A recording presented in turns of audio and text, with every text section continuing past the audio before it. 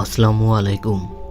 যখন জিম ম্যাথুয়েস তার পরিবারকে নিয়ে এই শহরে আসে তখন তারা কেউ বিশ্বাস করতে চায়নি এই শহর থেকে কখনো বের হওয়া যায় না। পরে তারা ধীরে ধীরে বিশ্বাস করতে শুরু করে।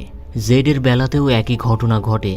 সে তার বন্ধুকে হারানোর পর বিভিন্ন উপায় খুঁজতে থাকে এই শহর থেকে বের হওয়ার জন্য, কিন্তু সে ধীরে ধীরে মানসিকভাবে বেকারগ্রস্ত হয়ে পড়ে।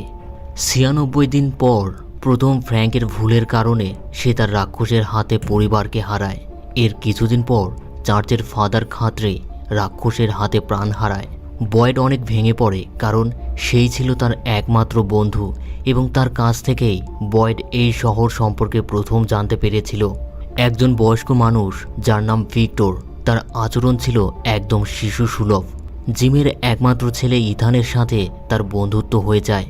তারা দুজনই একটি সাদা পোশাক পরা ছেলেকে দেখতে পেত, যিনি বিভিন্ন সময় তাদের পথ দেখিয়েছে। এই শহরে আবার নতুন একটি বাস চলে আসে। বয়েড ও ডোনা নতুন চ্যালেঞ্জের সম্মুখীন হয়। তারা কিভাবে এই শহর সম্পর্কে তাদের ব্যাখ্যা করবে। ওই বাসের একজন যাত্রী যার নাম অ্যালজিন, সে তার ভীষণে একটি ভয়ানক আত্মাকে বারবার দেখতে পাচ্ছে। সে ঠিকমতো ঘুমাতেও পারছে না। এত সব বিপদের মধ্যেও একটি সুখের বার্তা আসে। ফাতিমা এলিসের সন্তানের মা হতে চলেছে, যেটা এই শহরে প্রথম ঘটেছে। জিমের স্ত্রী হঠাৎ করে দুটি মেয়ের আত্মাকে দেখতে পায়। তারা হয়তো তাকে কিছু বলার চেষ্টা করছিল। তাবিদায় এক পর্যায়ে ভিক্টরের মাধ্যমে এই শহর থেকে বের হওয়ার রাস্তা খুঁজে পায়। সে তার সন্তানদের কথা ভেবে ভিক্টরের মাধ্যমে ফারোয়ে ট্রি খুঁজে বের করে এবং সেই ট্রির মাধ্যমে একটি ওয়াচ টাওয়ারের সামনে পৌঁছে যায়, যার মাধ্যমেই এই অভিশপ্ত শহর থেকে বের হওয়া যাবে। অপরদিকে জেইড তার ভীষণে দেখা একটি রহস্যময় চিহ্নের আসল রহস্য খুঁজে বের করে এবং সেখানেই সে বেশ কিছু মেয়ের আত্মাকে দেখতে পায়, যারা আংখুয়ে আংখুয়ে বলে তাকে কিছু বোঝানোর চেষ্টা করছিল। শেষ পর্যায়ে জিমের মেয়ে জুলি, র্যান্ডাল ও ম্যারিয়েল নামের তিনজনকে এই শহরের অদৃশ্য শক্তি তাদের আত্মাকে বন্দি করে রাখে। তাদের নির্দিষ্ট সময়ের মধ্যে আত্মাদের দুনিয়া থেকে না আনতে পারলে আসল দুনিয়াতে তারা মারা যাবে। বয়েড বহু কষ্টে সেই দুনিয়ায় পৌঁছে যায়। তখন তার স্ত্রীর রূপ ধরে এক আত্মা তাকে বারবার বাধা দেওয়ার চেষ্টা করছিল, কিন্তু বয়েড সেই রাইমস অর্থাৎ ছন্দ কবিতার মানে বুঝতে পারে এবং সে সাথে সাথে সেই মিউজিক বক্সটি ভেঙে ফেলে। ফলে বাস্তব দুনিয়ায় তারা তিনজন বেঁচে যায়। অপরদিকে তাবিতা সেই ওয়াচ টাওয়ারে উঠে পড়ে। তখন সে সাদা পোশাক পরা সেই ছেলেকে দেখতে পায়। ছেলেটি তাকে বলে বাস্তব দুনিয়ায় ফিরে যাওয়ার এটাই একমাত্র রাস্তা। তারপরই ছেলেটি তাবিতাকে ধাক্কা দিয়ে ফেলে দেয়, আর এখানেই দ্বিতীয় সিজন শেষ হয়ে যায়। তো শুরু করার আগে আপনাদের জানিয়ে দিতে চাই, অ্যামাজন প্রাইম সহ বিভিন্ন অনলাইন স্ট্রিমিং সাইটগুলোতে সিজন 3-র সবগুলো এপিসোড একেবারে ছাড়বে না। তারা কিছুদিন গ্যাপ রেখে রেখে ছাড়বে। ফলে আমিও কিছুদিন পর পর পর্বগুলো হাতে পাবো, আর হাতে পাওয়া মাত্রই সেগুলো দ্রুত এক্সপ্লেন করে আপলোড করব। তো এবার গল্পে ফেরা যাক। 3 দিন পর তাবিদা সেন্ট অ্যান্থনি হসপিটালে নিজেকে আহত অবস্থায় আবিষ্কার করে। সেখানে ডক্টর ব্রুডি নামের একজন চিকিৎসক তাকে জানায় কয়েকজন হাইকার পাশের জঙ্গলে তাকে আহত অবস্থায় খুঁজে পেয়েছে এবং হাসপাতালে ভর্তি করে। ডক্টর ব্রুডি তার পরিচয় এবং সে কোথায় থাকে জানতে চায়, কিন্তু তাবিতা তাকে বলে এই মুহূর্তে তার কিছুই মনে পড়ছে না। সে ডক্টরের কাছে জানতে পারে সে এখন নিউ জার্সির ক্যামডেন শহরে আছে। তখন একজন নার্স এসে ডক্টরকে জানায় তাবিতার ব্যাপারে তদন্তের জন্য পুলিশ এসেছে।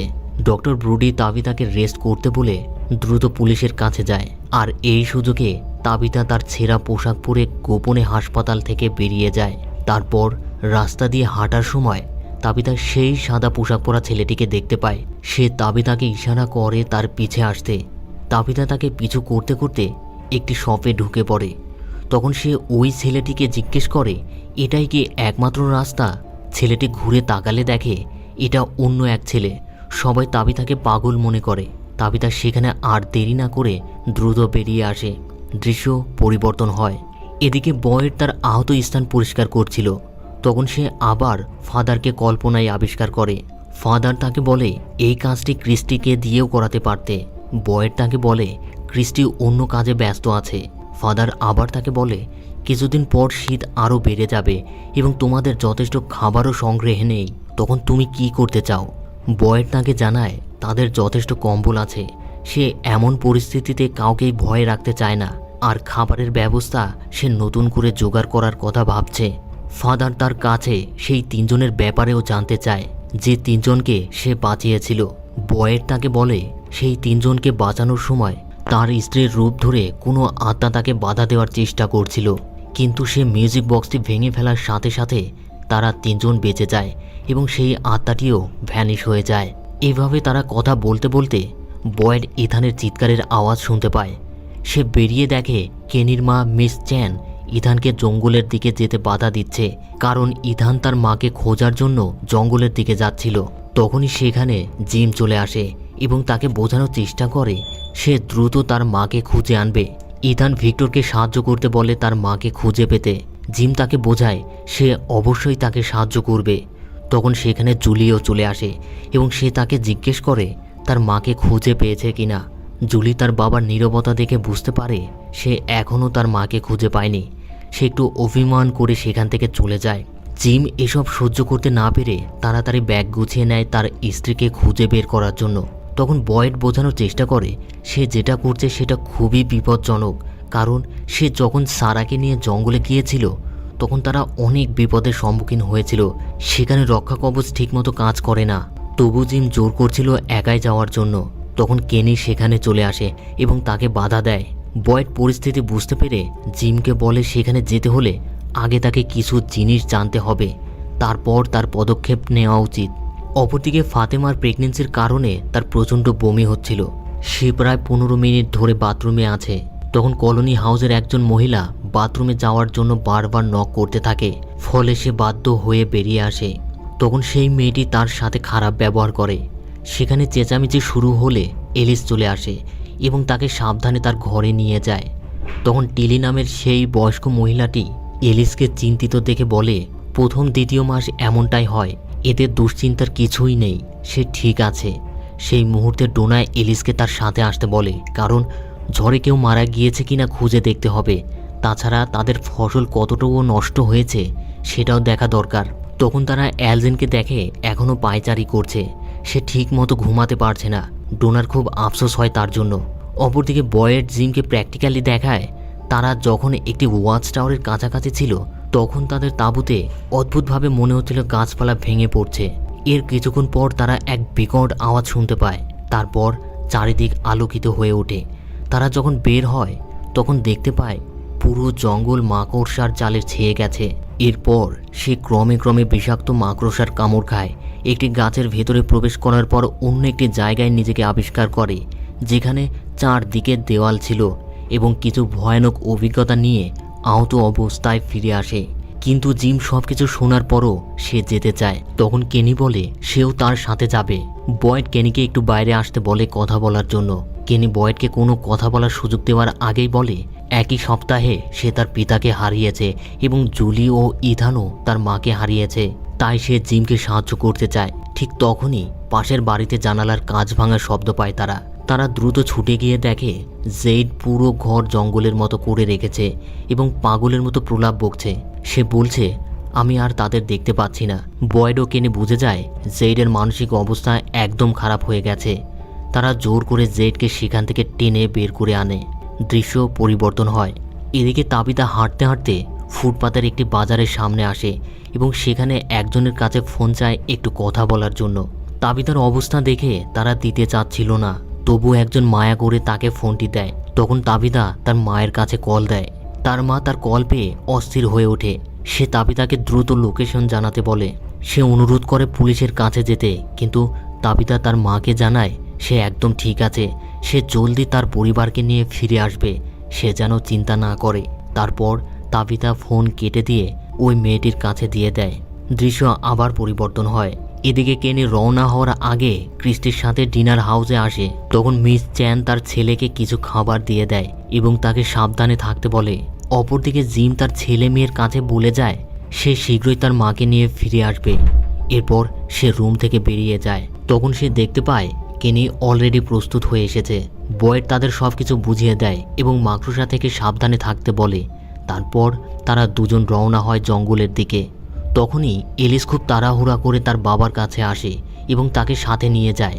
বয়েড তার সাথে গিয়ে দেখে ডোনার চাষ করা সকল সবজি নষ্ট হয়ে গেছে, এমনকি মাটিও বিষাক্ত হয়ে উঠেছে। ফলে সেখানে আর কিছুই চাষ করা সম্ভব নয়। অপরদিকে এই খাদ্য সংকটে সবাই মিস চ্যানের বাসায় ভিড় করে এবং তার সংগ্রহে থাকা সমস্ত খাদ্য সেখানের জনগণ লুটপাট করে নেয়। এমনকি র্যান্ডাল সারার ভাইয়ের মৃত্যুর পর খামারের একটি ছাগল বের করে নিয়ে আসে খাবারের জন্য। সেই ছাগলটি ইথানের অনেক প্রিয় ছিল, তাই ইথান তাকে ছাগলটি নিতে নিষেধ করে, কিন্তু সে কিছুই শুনতে চাচ্ছিল না। তখন ভিক্টর তার হাত থেকে ছাগলটি কেড়ে নেওয়ার চেষ্টা করে, কিন্তু র্যান্ডাল দিতে রাজি না হলে ভিক্টর তার গান বের করে। সেই মুহূর্তে সেখানে এলিস ও বয়েড চলে আসে। বয়েড ভিক্টরকে অনুরোধ করে তার কাছ থেকে বন্দুকটি নিয়ে নেয়। তারপর র্যান্ডালকে বোঝায় এখানে পর্যাপ্ত পশু নেই, তাই এই পশু থেকে যে দুধ ও ডিম আসবে সেগুলো দিয়ে তাদের আরও বহুদিন টিকে থাকতে হবে। সবাই যদি এভাবে পশুগুলো নিয়ে যায় তাহলে তারা বেশি দিন সারভাইভ করতে পারবে না। এসব কথা শোনার পরও র্যান্ডাল ছাগলটি দিতে চায় না। তখন বয়েড বাধ্য হয়ে তাকে এখানেই গুলি করে মারবে বলে হুমকি দেয়। এবার র্যান্ডাল ছাগলটি দিয়ে দেয়। ওইদিকে জিম ও কেনি হাঁটতে হাঁটতে একটি অদ্ভুত জায়গায় পৌঁছে যায়। সেখানে তারা অনেকগুলো ভয়ানক স্ট্যাচু দেখতে পায়। তারা আরেকটু আগানোর পর কয়েকটি পরিত্যক্ত কাঠের ঘর দেখে, যেগুলো বহুদিন ধরে কেউ ব্যবহার করে না। জিম ঘরের কাঠগুলো চেক করে বুঝতে পারে এটা এখনও অনেক মজবুত। এদিকে সন্ধ্যাও প্রায় হতে চলেছে, তাই সে কেনিকে জানায় রাতটা তাদের এই ঘরেই কাটিয়ে দেওয়া উচিত। কেনির ধারণা বয়েড যেহেতু বলেছে জঙ্গলে বিষাক্ত মাকড়সা বেশি, তাই সে এখানে থাকতে চাইছিল না। কিন্তু দিনের আলো ফুরিয়ে এলে সে বাধ্য হয়ে থাকতে রাজি হয়। তবে তার আগে কেনি জিমকে বলে তাদের আশেপাশে এক নজর দেখে নেওয়া দরকার, কোনো বিপদ সংকেত আছে কিনা। জিম তার কথা মতো চারিদিকে রাউন্ড দিতে যায়। দৃশ্য আবার পরিবর্তন হয়। তাবিথা চার্চের এক ফাদারের সাথে কথা বলে। সে তাকে সব খুলে বলে কিভাবে সে ক্যামডেন শহরে এসেছে। চার্চের ফাদার তার কথা বিশ্বাস না করলেও তাকে বুঝতে দিচ্ছিল না। সে তাবিদাকে বুঝতে চাচ্ছিল সে আসলে মানসিকভাবে অসুস্থ কিনা। এক পর্যায়ে তাবিদা বের হয়ে যাওয়ার চেষ্টা করে, তখন ফাদার তাকে আবার আটকায় এবং তার সাথে থাকা স্কেচ বক্সটির ব্যাপারে জানতে চায়। তাবিদা বলে ফারোয়ে ট্রির মধ্যে প্রবেশ করার আগে ভিক্টর নামের একজন মানুষ তাকে এইটা দিয়েছিল। এর মধ্যে ভিক্টর কিছু খাবার তাকে দিয়েছিল খাওয়ার জন্য। ভিক্টর কেমন দেখতে, তার আচরণ কেমন, সব কিছু ফাদারের কাছে খুলে বলে। তারপর সে বক্সটি খোলার পর ভিক্টরের বাড়ির ঠিকানা দেখতে পায়। সে তখন আর দেরি না করে ভিক্টরের বাড়ির উদ্দেশ্যে তাড়াতাড়ি বেরিয়ে পড়ে। দৃশ্য আবার পরিবর্তন হয়। এদিকে অ্যালজেন টিলির সাথে কাজ করতে করতে আবার ঘুমিয়ে পড়ে। টিলি তখন তাকে তার ঘরে রেস্ট করতে বলে, কিন্তু অ্যালজেন তাকে বলে সে ঘুমালেই একটি ভয়ানক আত্মাকে দেখতে পায়। সেই আত্মাটি তাকে বারবার ধরতে আসে। তখন টিলি সেই আত্মাকে দেখতে পায় এবং অ্যালজেনকে বলে সে যে আত্মার কথা বলছে সেটা তার পিছনেই দাঁড়িয়ে আছে। তখনই সেই আত্মাটি অ্যালজেনের গালে হাত দেয় আর সাথে সাথে অ্যালজেনের ঘুম ভেঙে যায়, অর্থাৎ সে আবার স্বপ্ন দেখছিল। অপরদিকে পাশের রুমে বয়েড, ডোনা ও মিস চ্যান আলোচনা করছে বর্তমান পরিস্থিতি কিভাবে সামাল দেবে। ডোনা খুবই ভেঙে পড়েছে ফসল ও মাটি বিষাক্ত হয়ে গেছে জন্য, তাই সেও চায় পশুগুলোকে খাবার বানাতে। কিন্তু বয়েড তার বিরোধিতা করে, কারণ তাদের কাছে খুব বেশি পশু নেই। তখন মিস চ্যান বলে তারা আবার চাষ করবে, তবে এখানে নয়, অন্য একটি জায়গায়। তখন এই বুদ্ধিটা তাদের দুজনেরই পছন্দ হয়, তাই তারা সিদ্ধান্ত নেয় নতুন জায়গা খুঁজে পাওয়ার আগে তাদের কাছে ছাগলের পরিমাণ বেশি আছে, যেগুলো দিয়ে অন্তত 1 মাস চলা যাবে। তারা সর্বপ্রথম সেই ছাগলগুলোকে খাবারে পরিণত করবে। তখনই এই কথাগুলো ইথান শুনে ফেলে। সে রাগ করে বেরিয়ে যায়। বয়েড ইথানের মনের অবস্থা বুঝতে পেরে তার সাথে কথা বলতে চলে যায়। বয়েড তাকে বোঝায় এই পশুগুলো তাদের শহরের প্রত্যেকটা মানুষের জীবন বাঁচাবে। এক একটা পশু এক একটা হিরো হয়ে থাকবে তাদের কাছে। ইথান বুঝতে পেরে বয়েডকে বলে সর্বপ্রথম তার পছন্দের ছাগলকে যেন খাবার বানানো হয়, কারণ সেই ছাগলটি তার বাকি বন্ধুদের মৃত্যু সহ্য করতে পারবে না। বয়েডের মন খারাপ হয় ইথানের জন্য। এদিকে তাবিথা ভিক্টরের বাড়ির ঠিকানায় চলে আসে। তখন ওই বাড়ির একজন বয়স্ক লোক তাবিতাকে ভিকুক মনে করে তাকে তাড়িয়ে দেওয়ার চেষ্টা করে। যখন লোকটি তাবিতার হাতে স্কেচ বক্সটি দেখতে পায় তখন সে তাকে প্রশ্ন করে সে এই বক্সটি কোথায় পেয়েছে। সেই মুহূর্তে একটি টুইস্ট সামনে চলে আসে। তাবিতা বুঝে যায় এই লোকটিই হলো ভিক্টরের বাবা। বর্তমানে তারা দুজন একই বয়সে চলে এসেছে। তাবিতা বলে ওঠে আপনিই হলেন ভিক্টরের বাবা। লোকটি একদম হতভম্ব হয়ে যায়। ওইদিকে জঙ্গলের মধ্যে জিম ও কেনি আলোচনা করছে তারা কিভাবে আগামীকাল মাকড়সার জাল অনুসরণ করে ওয়াচ টাওয়ার খুঁজে বের করবে। তখনই তারা বাইরে রাক্ষসের পায়ের শব্দ শুনতে পায়। তারা বেশ চিন্তায় পড়ে যায়।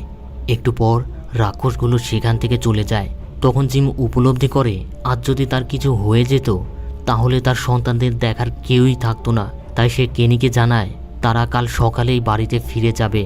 এদিকে এপিসোড 1-এর আইকনিক শেষ দৃশ্যে দেখা যায় রাক্ষসের দল সারার ভাইয়ের খামারের সব পশু ছেড়ে দেয়। তারপর যা ঘটে যায় সেটা সত্যিই ভয়ানক।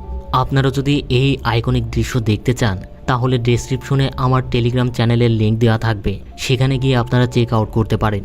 সেই মুহূর্তে বয়েড পোস্ট অফিসের মধ্যে ফাদার খাতরের রেখে যাওয়া শেষ ড্রিঙ্ক পান করছিল, যেটা একসময় ফাদার এই শহরে আসার আগে কিছু জিনিসের সাথে এক জায়গায় পুঁতে রেখেছিল, যেটা দ্বিতীয় সিজনে দেখানো হয়েছিল। ঠিক সেই সময় জেড একটু স্বাভাবিক হয়ে অন্য রুম থেকে চলে আসে। বয়েড তার শারীরিক ও মানসিক অবস্থা কেমন জানতে চায়। সে জানায় সে এখন অনেকটা সুস্থ আছে। তারপর বয়েড তাকে ফাদারের সেই ড্রিঙ্ক অফার করে। এভাবে তারা কথা বলতে বলতে হঠাৎ বয়েড বাইরে গরুর ডাক শুনতে পায়। সে জানালা দিয়ে দেখে সমস্ত গরু রাস্তায় হাঁটাহাঁটি করছে। সে বেশ চিন্তায় পড়ে যায়। বয়েড তাড়াতাড়ি গরুগুলো ধরার জন্য বেরিয়ে যায়। তখন তার সাথে জেডও বেরিয়ে আসে। তারপর তারা দুজন গরুগুলো ধরে খামারের দিকে যেতে থাকে। তাদের দুজনের কথা শুনে ভিক্টর বুঝতে পারে বাইরে কিছু একটা হয়েছে। সে জানালাতেই দেখতে পায় সব পশু রাস্তায় বেরিয়ে পড়েছে এবং তারা দুজন দুটি গরু খামারের দিকে নিয়ে যাচ্ছে। তখন ভিক্টরও তাদের সাহায্য করতে এগিয়ে যেতে লাগে। তখন ইথান ও জুলিও তাদের সাথে যেতে চায়। সেই মুহূর্তে মিস চ্যান তাদের দুজনকে বাসায় থাকতে বলে। তারপর তারা দুজন বেরিয়ে পড়ে এবং ভেড়া ও ছাগলগুলোকে ধরে। এদিকে তাদের চেঁচামেচিতে র্যান্ডালের ঘুম ভেঙে যায়। সে দেখতে পায় সবাই পশুগুলোকে ধরে খামারের দিকে নিয়ে যাচ্ছে। সেই মুহূর্তে র্যান্ডাল লক্ষ্য করে অপোজিট সাইড থেকে এক এক করে রাক্ষসের দল বেরিয়ে আসছে। সে তাড়াতাড়ি গাড়ির হর্ন বাজিয়ে সবাইকে অ্যালার্ট করে দেয়। অন্যদিকে ইথান জানালা দিয়ে দেখতে পায় তার প্রিয় ছাগল অ্যালমা একাই ঘুরে বেড়াচ্ছে। তাই সে জুলিকে উপেক্ষা করেই ছাগলটি ধরতে যায়। সে দরজা খোলার সাথে সাথে প্রথম সিজনে সেই দাদিমা রূপে থাকা রাক্ষসটি তাদের দরজার সামনে দাঁড়িয়ে আছে। জুলি ইথানকে তাড়াতাড়ি পেছনের দরজার দিকে দৌড়াতে বলে এবং সে সামনের দরজা আটকানোর চেষ্টা করে, কিন্তু তার শক্তির সাথে সে না পেরে সে ওইভাবেই রেখে ইথানকে নিয়ে বেরিয়ে যায়। তখন পিছন থেকে সারা এসে ইথানের মুখ চেপে ধরে এবং তাদের নিয়ে একটি ঝোপের মধ্যে লুকিয়ে পড়ে। তখন রাক্ষসটি বেরিয়ে এসে চিৎকার করে বাকি রাক্ষসদের জানিয়ে দেয়। অপরদিকে জেইড যে গরুটি নিয়ে এগোচ্ছিল সেটা রাস্তার মধ্যে দাঁড়িয়ে পড়ে। তখন সে বয়েডকে ডাকতে থাকে সাহায্য করার জন্য। সেই মুহূর্তে একটি রাক্ষস এসে গরুটির গলায় প্রচণ্ড জোরে আঁচড় কাটে। ফলে গরুটির ললি ছিঁড়ে গেলে গরুটি প্রচণ্ড কষ্টে দাফাতে দাফাতে মারা যায়। তখন ভিক্টর ছুটে এসে জেইডকে সেখান থেকে নিয়ে যায় আর রাক্ষসটি চিৎকার করতে শুরু করে। পুরো শহরে রাক্ষসদের চিৎকার ছড়িয়ে পড়ে। অপরদিকে সারা রাক্ষসের অ্যাক্টিভিটি বুঝতে পেরে ইথান ও জুলিকে নিয়ে রাস্তায় চলে আসে সেফ জায়গায় যাওয়ার জন্য। তখন র্যান্ডাল তাদের দেখতে পেয়ে দ্রুত তার বাসের দিকে আসতে বলে। তারা এক দৌড়ে গিয়ে বাসে উঠে পড়ে এবং র্যান্ডাল শক্ত করে দরজা লাগিয়ে দেয়। এদিকে রাক্ষসের দল ধীরে ধীরে বয়েডের দিকে এগিয়ে এলে বয়েড ভিক্টর ও জেডকে বলে তাদের হাতের কাছে যে বাড়িগুলো আছে সেখানেই ভেড়া ও ছাগলগুলো নিয়ে যেতে। তারা দুজন দ্রুত বাড়ির মধ্যে পশুগুলোকে নিয়ে যায় আর বয়েড বাকি একটি গরু খামারের দিকে নিয়ে যাওয়ার চেষ্টা করে। তখন মিস চ্যান তাকে সাহায্য করতে এগিয়ে আসে। বয়েড তাকে অনুরোধ করে ফিরে যেতে, কিন্তু মিস চ্যান তাকে একা ফেলে যেতে চায় না। এক পর্যায়ে বয়েড ও মিস চ্যান গরুটি নিয়ে খামারে ঢুকে পড়ে এবং দরজা শক্তভাবে লাগিয়ে দেয়। সেই মুহূর্তে আরেকটি টুইস্ট সামনে চলে আসে। দেখা যায় অলরেডি সেখানে অনেকগুলো রাক্ষস তাদের জন্য অপেক্ষা করছে। তারা জানতো বয়েড গরু নিয়ে এখানেই আসবে। তখন কয়েকটা রাক্ষস মিস চ্যানকে ধরে ফেলে এবং কয়েকটা রাক্ষস বয়েডকে ধরে। বয়েড ছুটার চেষ্টা করলে একটি রাক্ষস তার হাতে বড় রকমের একটি আঁচড় দেয়। তারপর বয়েডের হ্যান্ডকাপ দিয়ে তাকেই একটি খুঁটির সাথে বেঁধে ফেলে। বয়েড রাক্ষসদের অনুরোধ করে তার বদলে মিস চ্যানকে ছেড়ে দিতে, কিন্তু একটি রাক্ষস বলে ওঠে মিস চ্যানকে ছেড়ে দিলে তাদের কোনো মজা আসবে না। তারপর বয়েডের চোখের সামনেই মিস চ্যানের অঙ্গ প্রত্যঙ্গ রাক্ষসগুলো টেনে টেনে ছিঁড়ে ফেলে। মিস চ্যান যন্ত্রণায় চিৎকার করলে রাক্ষসগুলো আরও বেশি মজা পায় এবং এভাবেই রাত কাটতে থাকে। আর এখানেই প্রথম এপিসোড শেষ হয়ে যায়। দ্বিতীয় এপিসোড হাতে পাওয়ার সাথে সাথে দ্রুত চ্যানেলে নিয়ে আসব। সেই পর্যন্ত ভালো থাকুন, সুস্থ থাকুন। আর প্রথম এপিসোড কেমন লেগেছে কমেন্ট করে জানান। আমি আপনাদের প্রতিটি কমেন্ট পড়ি। সেই পর্যন্ত ভালো থাকুন। আল্লাহ হাফেজ সবাইকে।